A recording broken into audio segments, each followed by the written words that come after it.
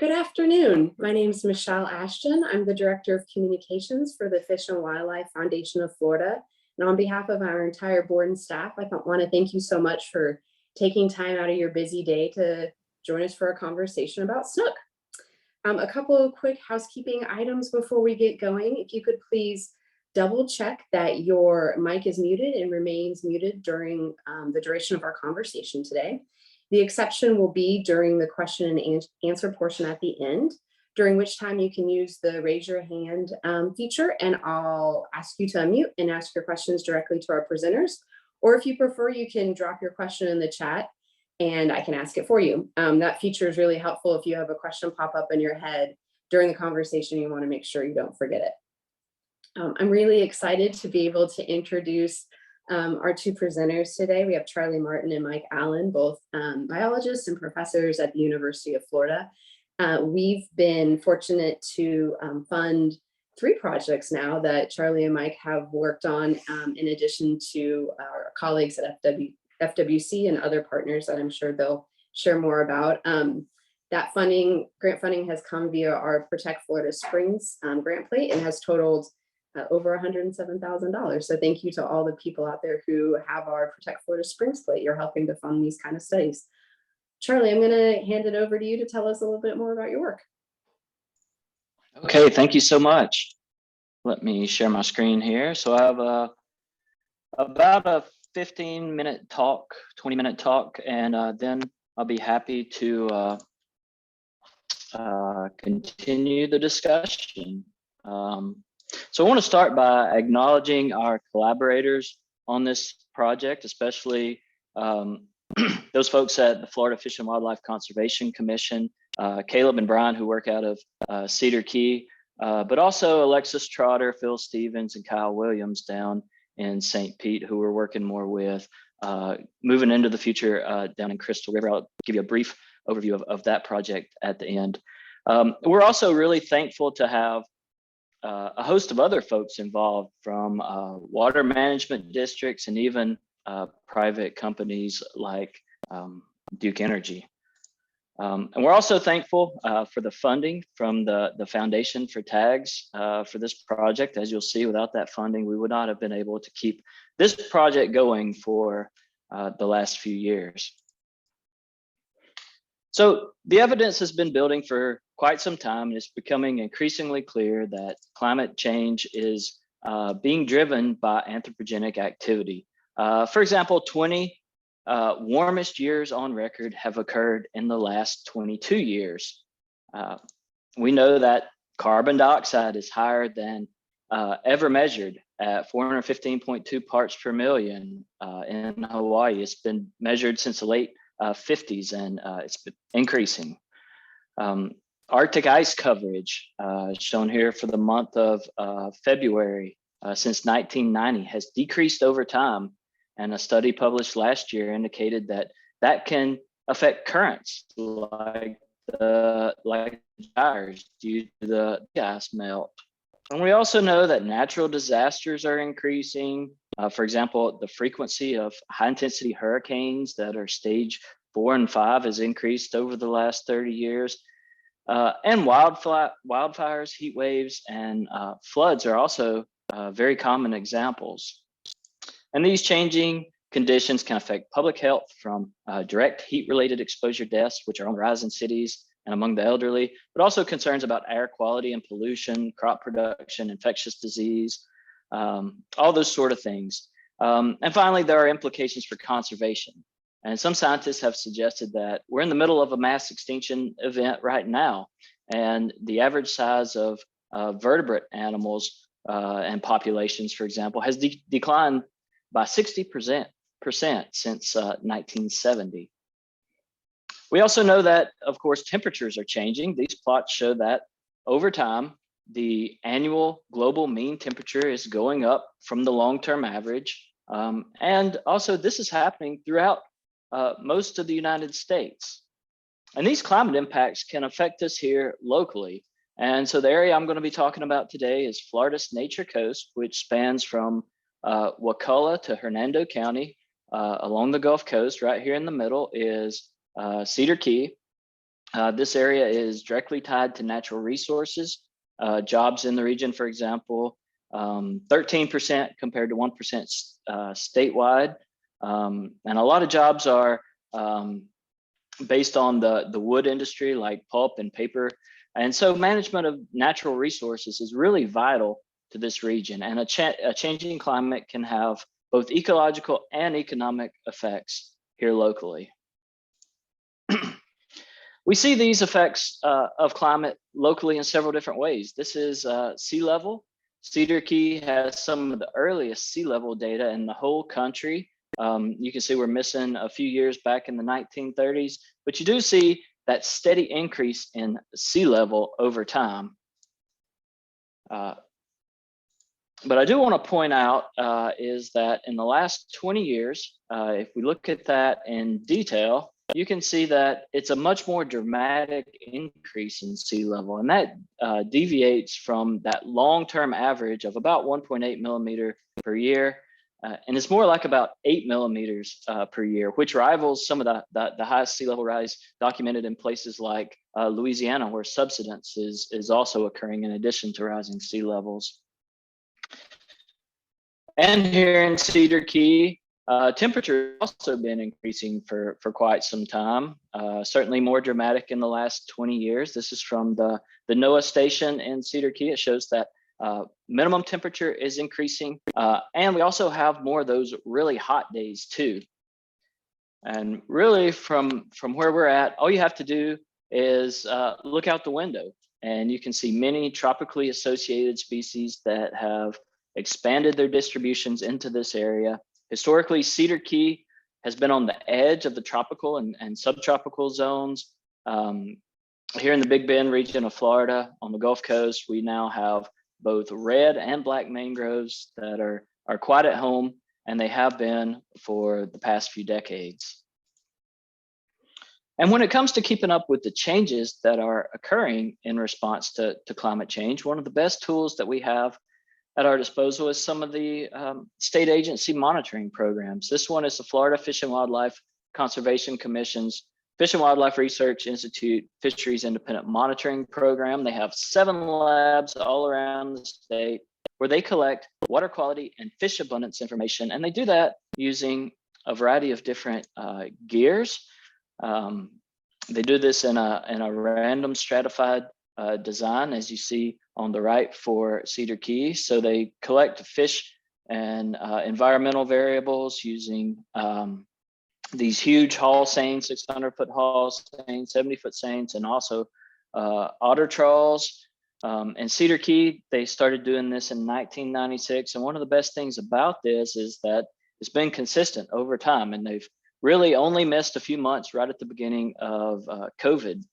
And the map here shows all of the fisheries independent monitoring samples taken in their sampling universe. It incorporates all the area around Cedar Key, north of the mouth of the Suwannee River, all the tidal creeks, islands, seagrass beds, oyster beds. It's a very robust data set for fish communities. And from these data, we are able to link changes in temperature with abundance of an important sport fish, and that's the common snook. So here you can see the exponential increase in snook in Cedar Key over the past 2 decades. This is from a paper led by Caleb Perlbaugh that came out last year, in 2020. And so let me tell you a little bit more about snook themselves. Snook are an iconic game fish in Florida. A lot of people come to Florida just to catch snook. They're wonderful table fare, great to eat. They're also heavily regulated and sustainably managed. So these populations aren't under threat or overfished at the moment. They're interesting in that they're protandrous hermaphrodites. So they start life as a male, and then some switch to female. There's some interesting social cues that determine how many actually switch sex as they get larger. And importantly, these are a tropically associated species. Historically, they were found on Tarpon Springs, just north of Tampa, south.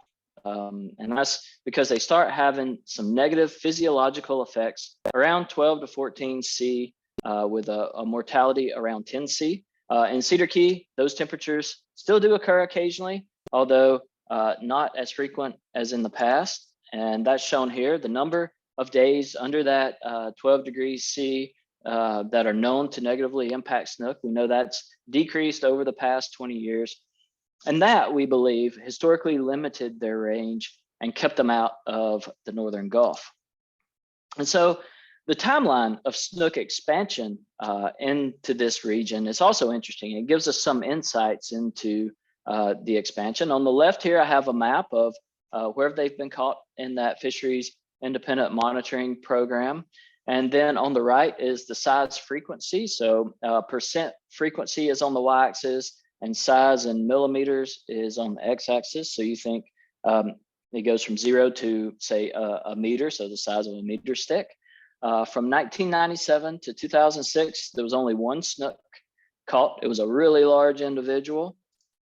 From 2007 to 2011, we started catching more snook. These were also really large individuals. From 2012 to 2015, you can see they've increased in abundance quite a lot, although mostly it's still these large individuals. And then from 2016 to 2018, they have really become established. And we also see that smaller individuals are now present. We think that this is really the result of snook establishing and local recruitment taking place. So we think that the population likely started with a few large individuals that came up from the south, and then those smaller size classes filled in as they became established. And a recent master's student did some genetic work on this population, and she found that genetically, these snook and those from farther south was quite a bit different. In fact, the same magnitude as the Gulf versus Atlantic stocks, which are managed differently based on those genetic differences. Well, I mentioned before, it still gets cold here. Cold enough to kill snook. This is from 2 years ago, but we know that back in January, it did get down to those lethal temperatures. And if we go back to that film data, we know they disappear during the coldest time of the year. And this tracks really well with temperature. So the big question was, where do they go? Initially we thought maybe, they move offshore to thermally stable waters, deeper waters, or maybe they go south like some turtles and sharks do. But that film data provided some different clues. And so the red dots on these maps show their hot spots and their occurrence on the left in the spring, summer, and fall. They're all down around Cedar Key, around the islands. But in the winter, they're noticeably absent in these areas. And instead, they're more abundant here closer to the east pass of the Suwannee River. And this was supported by some of our early telemetry work on site fidelity and movement of snook, which has been really insightful. So in 2016, we started tagging these snook with acoustic Vimco tags to see where they went. To date, we tagged almost 150 fish in this area. We've got a nice array of receivers along the coast here and all the way up the Suwannee River. These tags will last 5 to 7 years, and we've had really good success with survival after these surgeries where we implant the tags. And so basically how this works is we implant a tag in the fish, and then fish swim around giving off unique acoustic signals. And anytime they get within about half a kilometer of one of these receivers, it logs the date, location, and ID number of that snook. All right, and these are some of those preliminary results. So each line here is a tag number of a fish. And what I want to point out is that in the summer months, they hang around Cedar Key. Those are the green dots. Excuse me, those are the blue dots. But then in the winter, we start getting pings from stations up in the Suwannee River. Those are the green dots. And they hang out in the river from November to March or April. And you can almost set a clock to their departure from Cedar Key for the Suwannee River. It happens within a day or two of Halloween every single year. So we learned that hey, they're at least using the mouth of the river during these cold periods. And then our thinking was, well, you know, it still gets cold here some winters. We bet that they use the springs as thermal refuge during winters because there's a constant temperature in springs, much like a manatee would. And then when it warms up, they head back out to the Gulf. And so this Google Earth image shows the first two major springs in the Suwannee River, Manatee and Fanning Springs. Together, they pump between 120 and 215 million gallons of water every day. We're now beginning to suspect that Snook may be behaving similar to manatees, taking advantage of the warm spring plume waters as a thermal refuge during the coldest days of winter. So our telemetry work and funding from the foundation is focused on how Snook use these springs during cold periods. And we also had a cover story about this work in last October's Florida Sportsman. So we've been tagging fish in different areas of the river, and East Pass of the Suwannee River, and in this spring section here shown blue to track their movements up and down the river. We do this through those receivers, and we go out actively and track these fish. And some preliminary results from that, we found that some fish make quite large journeys, 60 river kilometers, but we've also had reports of Snook all the way up into Georgia near the Okefenokee Swamp and the headwaters of the Suwannee River. In contrast, other fish are pretty content to hang out down in East Pass or in the springs all winter long. So there's some different strategies and interesting strategies going on here, where some move back and forth between the springs and the mouth of the river. Some are content to stay put. And although we are in a region with one of the highest concentration of springs in the world, groundwater from these springs are at risk from a variety of factors. Municipal and agriculture extraction, for example, changing precipitation and weather patterns, land use changes that increase evaporation and runoff into the river instead of recharging the aquifer. And so the amount of thermal refuge is dependent on the groundwater discharge. And so over the next few years, we're going to be working with engineers and hydrologists from water management districts to incorporate Snook use of these springs as a thermally sensitive species into setting their minimum flows and levels. Currently, they use manatees for this, so there's a blueprint for how this is actually done, but they're always looking for additional metrics. So what are minimum flows and levels, you might ask? Well, that refers to the limits at which further withdrawals cause harm to water resources or ecology of the system that's regulated by the Water Management District. And they really only have so many different knobs that they can turn to help control these minimum flows and levels. Permitting and water supply planning are two of those knobs. So already we're starting to learn a lot about the formation of this thermal refuge from some of our temperature loggers in the river, specifically that there's some really important river and spring interactions. This illustration visualizes that river discharge versus the aquifer and spring discharge certainly can affect the amount of thermal refuge present.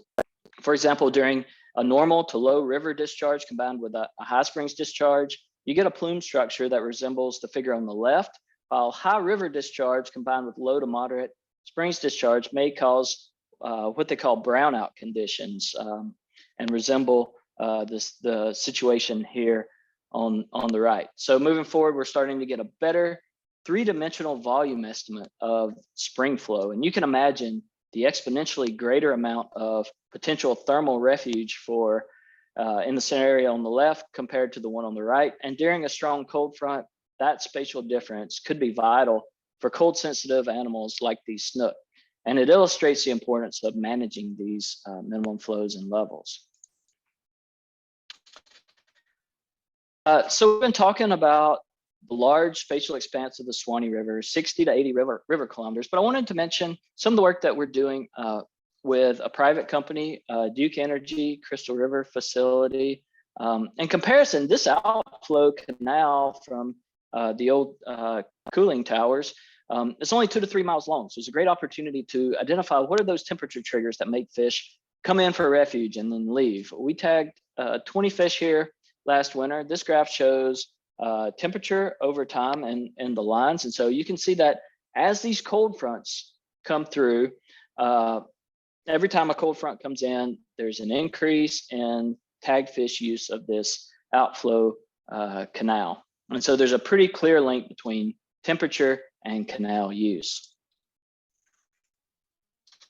We also have a new project with the Southwest Florida Water Management District and our FWC colleagues down in Crystal River and Kings Bay. That's funded by both the Southwest Florida Water Management District and the Fish and Wildlife Foundation. We tagged 40 fish here, both adults and juveniles, back last December. We've got a really nice array set up down there. So we will look forward to telling you more about what we find from that project, hopefully next year. So the summary here is that snook are experiencing a climate-driven expansion in their distribution. Fishing guides in Cedar Key, for example, now target snook, whereas they never used to do that. That's only been within the past 2 years. And we're getting reports of snook up in the Panhandle, all the way over to Alabama, even one small individual in Louisiana. Will they survive? My guess is probably not, because there's not that groundwater discharge. But even here where we have a lot of groundwater discharge, those springs are at risk for a variety of different reasons. So our work has been using these snook as sensitive ecological indicator species to help managers with conservation efforts. And that really is a key focus of ours moving into the future. So with that, I certainly want to acknowledge the Fish and Wildlife Foundation and thank you for all the funding from them and all of our other collaborators and funding sources. It's been a really fun project to work with so many great biologists and resource managers from all up and down the coast. And with that, I'd be happy to entertain and field any questions you may have.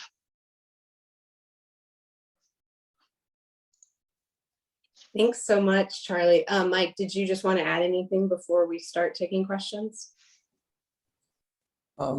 Sure, thank you. You know, this has been a great project to work on. I think one of the upcoming studies that we're also working on is to understand the food web impacts of these snook.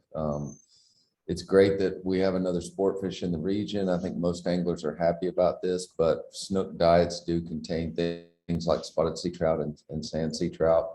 And we expect some implications of having so many of these new predators here on the historically native predators in the region, like red drum and spotted sea trout. So that's something we're going to be monitoring, but we'll see how it goes.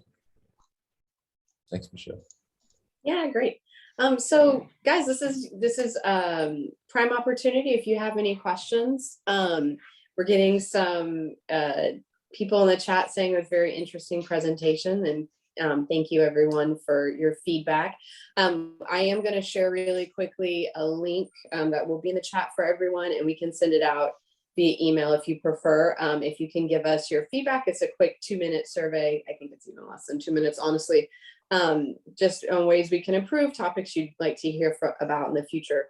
But yeah, so if you have any questions, use the raise your hand feature or put it in the chat and we can ask. I'm sure there's lots we can discuss about snook. Maybe while we wait for questions to come in, Charlie and Mike, do you want to tell us about how you became interested in this work? Yeah, go ahead, Charlie. Yeah, so I think, you know, my interest stemmed from having a lot of time on the water at an early age, fishing along the coast, and in inshore freshwaters.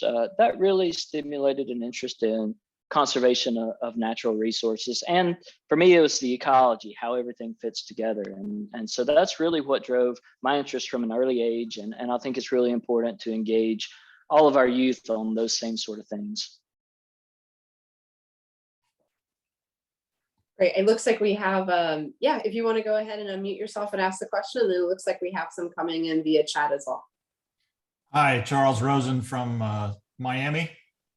Those of us that fish flamingo on the southwest tip of the state, from your lecture, it looks like climate change has caused some, I guess, good news for the upward migration of the snook. But down here, the temperature change affects seagrass.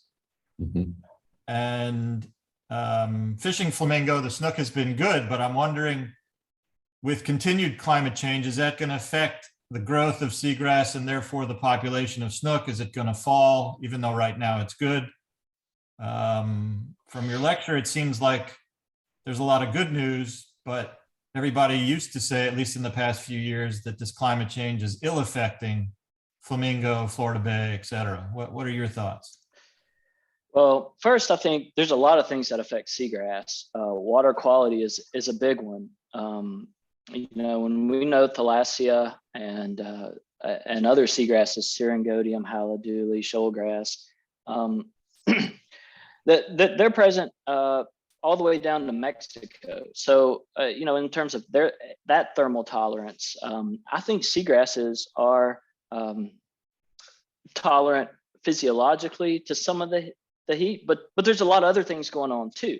A lot of nutrients coming into the system, and it's really a multi-stressor environment. And so absolutely climate change can have an effect on seagrasses, and that can cascade to sport fish like snook, both from refuge for the juveniles, the food sources. I know a lot of folks fish with pinfish for snook, and that's a great bait. And there's a lot of pinfish in those seagrass beds.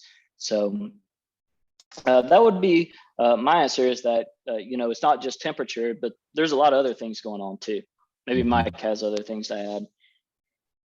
No, I think that covers it. I think it is a concern down there. Extreme temperatures are going to be more common. There's also salinity impacts when we have changes in rainfall associated with climate change, and that can have impacts on seagrass and sponges and benthic critters as well. So it's a good question. Phosphates from fertilizer, et cetera. Absolutely. Okay, thank you so. Yeah, thanks so much for your question. We have one asking how quickly snook move into warm waters after a cold front. I can answer that, Charlie, if you don't mind. Interestingly, our snook and Cedar Key have been very regular in their movement into the creeks and into the Suwannee River, and it's around Halloween. Within a few days of Halloween every year is when they've done it. If it warms up during the winter, a lot of the fish, they are using East Pass and the springs but especially East Pass. If we get a warm up, those fish will go back out in the estuary, and then if it cools down, they'll come right back in. So they're pretty responsive. I think they're seeking that warm water when we get a cold snap. This past winter, this winter that we're in now, we had a cold event in early February, I believe, where the water temperatures got very close to the lethal limits for snook. And we had some snook mortality in our region, but I don't think it was a major kill at all. But I think that we were really close to having that kind of kill, because the water temperatures were down right at the thermal limit for snook. So I expect that in the future we will have pretty big snook kills here when we get cold fronts, and we're going to have that happen from time to time. I don't think it'll extirpate the fish, because so many of our fish are using the springs and the thermal refuge there, but not all of them are. So it's possible. I think it's likely that, over the next decade or so, we will get events that kind of set back the clock and kill large numbers of snook. But I think they're well established now, and they're used to using the thermal refuge in the springs. And for that reason, I don't think they'll ever be extirpated. They're probably here to stay. So. Mike, this is maybe a follow-up then to what you're saying, but we had a question from another Mike asking how long of a cold snap will cause another kill like the one several years ago further south. Well, so that if the water temperature gets below 52 Fahrenheit, the fish lose equilibrium, and if it gets below 50 degrees Fahrenheit, it's very likely to cause mortality. This year, the cold snap that I mentioned, we had water temperatures in East Pass that we recorded of 52.6. And we had a lot of our tag fish around the boat when we were hearing our tag fish in water temperatures that were 52.6. So it was really close to that happening.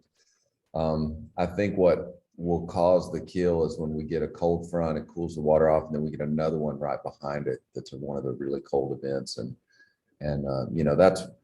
that happened in 2010, which killed snook all the way down to flamingo. The FWC's estimate was that 40% of the Gulf Coast snook passed away in that cold event. So those kind of events are going to happen even with climate change, and they'll set back the clock a bit. But I don't think that the snook would be extirpated from the Suwannee, and that's why I don't think this has ever happened before. The snook have never been here like this before, because now that they're reproducing and they're using the springs, they have protection during the winter. At least some of them have protection during the winter. So, good question. Yeah, we have one from Samuel asking if the expansion in snook distribution has been assisted by the expansion in mangrove distribution. Charlie, you want to add? Well, that's a great question. There's certainly been an exponential increase in mangroves as well. And we know that South Florida, a great place to fish for snook is in mangroves. So I think there's reason to believe that might be possible. And I think that's something that we want to look into in the future is what sort of habitat use do these snook have in these northern regions of their distribution? Certainly a possibility. I don't know for sure, but we see this going on. A concurrent expansion in the distribution. Black mangroves are all the way around the Gulf at this point. Red mangroves are making their way north, and we also have some white mangroves around Cedar Key now. So yeah. I'll just add to that. I do think that probably the most credible hypothesis is that the mangrove expansion is not causing the snook expansion.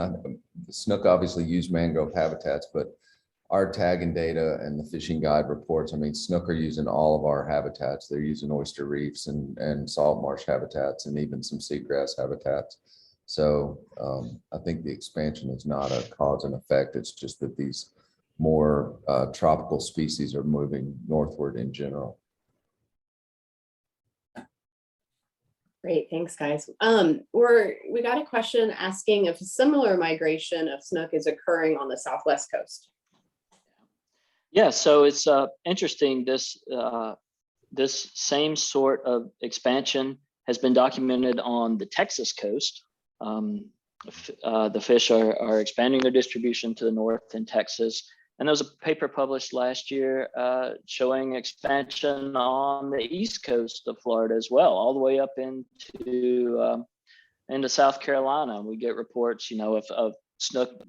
I guess they get entrained in the Gulf Stream and wind up in North Carolina. I don't know if they survive up there, but yeah, this is certainly a phenomenon that's going on along multiple coasts simultaneously.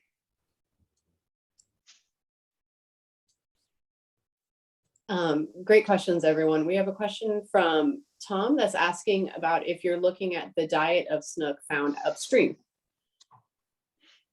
I think that's from Tom Champeau, who's a good friend of mine. Hello, Tom. There is a little bit of food habit work going on from the freshwater group, incidental catches up there. It's not a concentrated effort. There's pretty extensive food habit work going on in the estuary.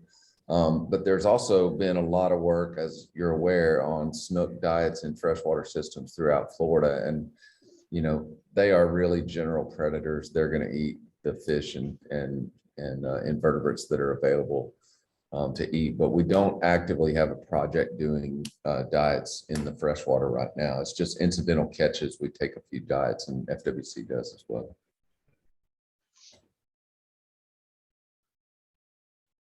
Thanks a lot, Mike. So we have a question about asking, and this one is also from Samuel. He's asking if snook accumulate mercury and other heavy metals in their body, and if so, does it affect their survival or reproductive ability? I'm happy to take that. Like all fish predators, snook would bioaccumulate methylmercury and could cause contamination, and ultimately it could cause reproduction issues like it can in any fish. I don't know of any published work, and it's not something that I've looked into a lot, but I don't know of any published work. Snook are not a species that typically ranks high on the mercury scale. They're relatively short-lived, not a super long-lived predator, but that being said, they would be expected to accumulate mercury in their tissue from atmospheric mercury pollution. And just plain mercury deposition. So I would say it's a concern, but I'd have to look more in the literature to see about specific cases for snook. So it's a good question. Great. We have a question from Charles, who I believe is asked our first question today, saying, wondering why the snook bounced back so well after the freeze in 2010, but the bonefish did not. I'm happy to answer that, Charles. I've done a little bit of work down there with bonefish population modeling. I think this is a really good question, and the snook rebounded amazingly quickly from the 2010 kill on the Gulf Coast. I think part of that was a relaxation of competition because they had this mortality event, and so there was a less food and less cannibalism environment for the ones that reproduced. And they bounced back really quickly from that event. I do agree with that. The bonefish, the bonefish factors affecting the bonefish down in Florida Bay and in the Keys are not fully understood, but we're getting more insight on this right now. Jennifer Rehaj's group down at FIU just published a paper that found a lot of pharmaceutical contaminants in bonefish in that region. And so there's a concern there that it may actually be some pharmaceutical pollution that is causing some of the reproduction issues. It's interesting though, because lately what I've heard is that the bonefish population has rebounded a good bit in the Keys. And so that is something that the Bonefish Tarpon Trust, who we work closely with, is investigating that actively right now in the Keys. And they're really the leader in that, along with the group at FIU that's doing really good work. Yeah, I saw that pharmaceutical study come out. That was super interesting. Yeah, a little more than a little alarming, all the stuff they were finding. It is. So we have a question from Jerry wondering if you'd consider the northern snook a new subspecies. The geneticist Mike Tringali, they don't consider it it's not enough genetic differential to be considered a new subspecies. It's still considered a common snook, but there are some differences genetically in the Cedar Key area snook compared to further south, probably resulting from a founder effect of this population be established by a low number of individuals that had a different genetic allele frequency. But not enough to call them a different subspecies, but they do have some genetic distinctions. And the next question, and one that several of us at the University of Florida are evaluating, is, are those genetic differences enough to make a difference in temperature tolerance and mortality associated with cold events? And that's being looked at both here and down at the UF lab in Ruskin. Great. A question from Doug asking how far will the snook travel to seek warmer spring water, and also would they travel? I am not going to get this name right. Wakasasa. Wakasasa. Yeah. Instead, because of proximity, even though the environment might not be as ideal as the Suwannee. Wakasasa. Okay, I'm going to remember that one. Thanks, guys. Yeah. We've seen big movements of our fish, and actually, in regard to this question, one of the fish that Charlie tagged in that Duke Energy Canal down at Crystal River was caught by a local fishing guide here on an oyster bar at Corrigan's Reef. And we've also had fish that have moved that we tagged near Seahorse Key that moved way offshore out in 30 feet of water out of the dry dock, and probably spawning out there. And then we hear the same fish in the river in the wintertime. So they will make big migrations. Some of them do, like most fish, you have a lot of the population is composed of individuals that don't move that much. And then you've got some fraction of them that make these big moves, but we've definitely documented that. So the answer to the question, I believe a fish could be in Waukesasa River during the winter, and it could be caught near North Key or Suwannee, in the summer. So. Sarah, it looks like your hand's raised. If that's intentional, feel free to unmute and ask your question. Thank you. It is. I can't type and listen at the same time. So I did that. Hi, Mike. Hey, Sarah. Good to see you. Charlie, thank you. Your presentation was great. I really enjoyed it. Thank you. I'm just curious, and I've chatted with Alexis about this, so I can't really remember where it was. So I'm pitching this to y'all. Do you see demographic differences with the adults when they're, within the estuarian areas, like during spawning season? Are you getting similar sex ratios, sizes that you see, down south in the normal range? And then also, are you seeing any potential displacement from these snook inhabiting spawning areas where they might overlap with spotted sea trout? We've seen that in Tampa Bay when there's been a red tide and killed the trout, and then the snook move in. So you just see these interesting kind of habitat shifts with spawning competition. So just want to get those are great questions. And Alexis is working up here with us on that, and we did a bunch of spawning site, trying to identify spawning sites for snook last summer. We have more planned this summer.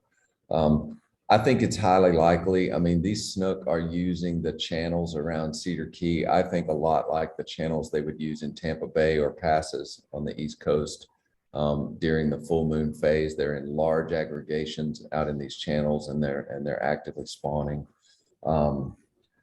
We haven't fully documented where the sea trout are spawning here, though, like you have in Tampa Bay. So it's hard to say whether there's a direct overlap there, but I think it's likely. But we haven't, documented that sea trout and some spawning locations.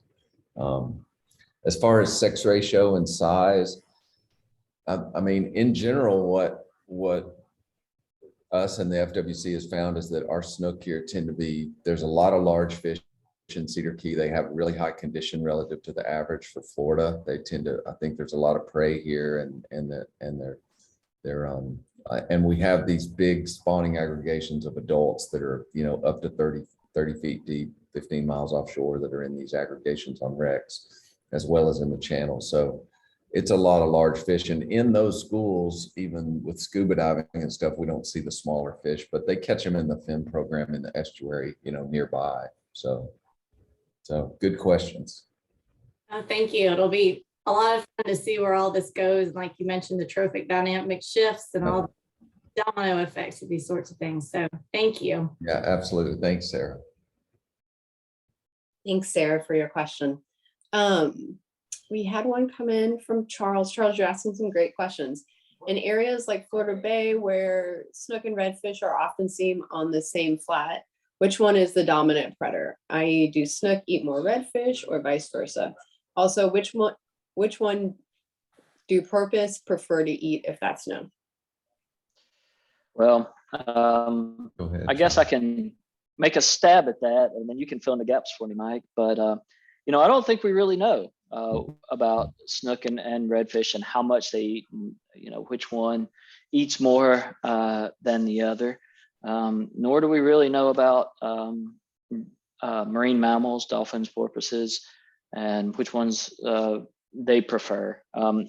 We've seen them eat snook, certainly, but we also see them eat redfish as well. And so, really the only evidence we have about which one is dominant is kind of anecdotal from some of the fishing guides down in Crystal River. And they indicate that when the snook started moving in, the redfish kind of moved to a different area, so they started catching snook on the offshore islands and places where they used to catch redfish, but now they move, the redfish have moved inshore. So nothing solid yet, but anecdotal that there could be some competition between the two.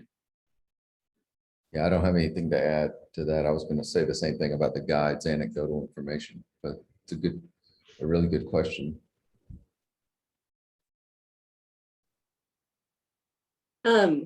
It looks like, Sarah, did you have another question? It looks like your hand is raised. I didn't know if that was left over from the last question, but if you have another one, feel free to pop back on. I don't. That is my okay. ignorance. I'm done. No. You're perfect. So we had a question from Samuel asking if algae blooms and red tide cause major snook mortality, and if so, how quickly do the populations recover? Algae blooms like red tide can cause snook kills, and they have caused snook kills. Snook tend to be not as vulnerable to red tide events as some other species because they can go in the rivers, and the red tide doesn't do well at low salinity water. So they have a refuge, and they've been shown to make movements to use that refuge in the face of a red tide bloom. But that being said, depending on currents and wind, they could get trapped. Some fish get trapped, so mortality events definitely can occur from red tides, but I think they're less vulnerable than some of our other species. But as happened in the 2010 coal kill, I've always been amazed at this with just fish populations in general, is that the recovery time is really swift. When you have a mortality of adults, a lot of times that creates resources and less predation, where the next year when the fish reproduce, the recruits grow quickly. So I've always been surprised with how quickly fish recover from those type of events. But of course, back-to-back events and multiple stressors can cause longer term effects. But single events, they can recover pretty quickly within 2 to 3 years. Great, thanks, Mike. Question from Scott asking if there's any indication how long climate change will continue, and any indication or best guess as to global warming versus other causes. I'll pass that to Charlie. No, I'm kidding. This is a hard one. This is a hard one. all indications I've seen says, we're on a trajectory for warmer summers, warmer winters, more variability and things like freshwater discharge, more droughts, more rainfall, flood events, and higher sea levels in the future. Yeah. So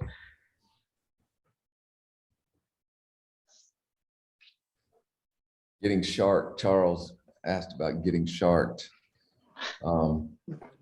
It's interesting you bring that up, Charles, because we had that happen last year when we were doing some trying to catch snook for spawning site identification with Alexis, where sharks took some of our fish. And I made the comment when it was happening. I said, this is like the kind of thing that you hear about happening in the 10,000 Islands and Flamingo. I think it's becoming more and more common.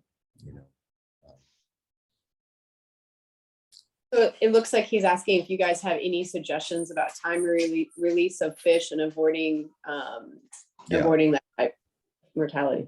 Any suggestions? I think probably in shallow water is a better place to release the fish, but I'm just guessing. I don't know of any work that has looked at this specifically. But I do believe that it's an increasing mortality source of having these shark events after catch and release, particularly when you have things like a spawning aggregation where anglers are accessing the fish and catching large numbers of them, and that attracts sharks to that kind of event. And in that case, it would probably make sense to actually move the fish up onto a flat or out of the channel before you release it back into the water. But it's a good question. Well, I want to give anybody any last chance to get some questions in. We have a few minutes. I want to just be really mindful of everyone's time since you gave us your lunch break, and don't want to keep you over too much. Oh, great. We had one more. Oh, we have a recommendation. I think this is a suggestion from Doug saying retrieve them quickly and be sure they are fully recovered before release. So thanks, Doug. Yeah, thank you, Doug. And I realize you're probably about 3 blocks away from us right now. Well, I want to first thank everyone for taking time out of a busy day to join us for a really lively conversation. This might be the best group of questions that we've gotten on one of these. So I just want to thank you everyone for your participation and your thoughtful questions. I want to thank obviously Charlie and Mike for taking time out not only today, but in preparation for this presentation. Was wonderful. I mentioned already that there's a survey in the chat that if you can give us some feedback on how we can improve or other topics you want to see us cover. And I wanted to particularly thank those of you who might have our Protect Florida Springs plate, because that's how we're able to fund these kind of studies. And if you're interested in changing to the Springs plate, you can go on our website. It's a wildlifeflorida.org/PFS, and you can actually order now your plate through our website, which is really exciting. You don't even have to go to a DMV. So I wanted to give Mike and Charlie, you guys, a few minutes if you had anything you wanted to add before we wrapped up today. I just want to say, thank you for your attention and all these great questions. It's really nice to see so much engagement and so many people that care about resources like Snook and all the coastal natural resources that we have. So thank you. Yeah, thanks everyone. And thank you to the foundation. Oh, our pleasure. And you keep an eye on your email that you received this link to, because we, as long as all the technology cooperates, we'll have a video to be able to share if you want to share it with people who might have missed the conversation, but you think would be interested. We'll be sending that out as well. So thanks everyone for your time today. Really appreciate it. Look forward to talking on our next one. Bye.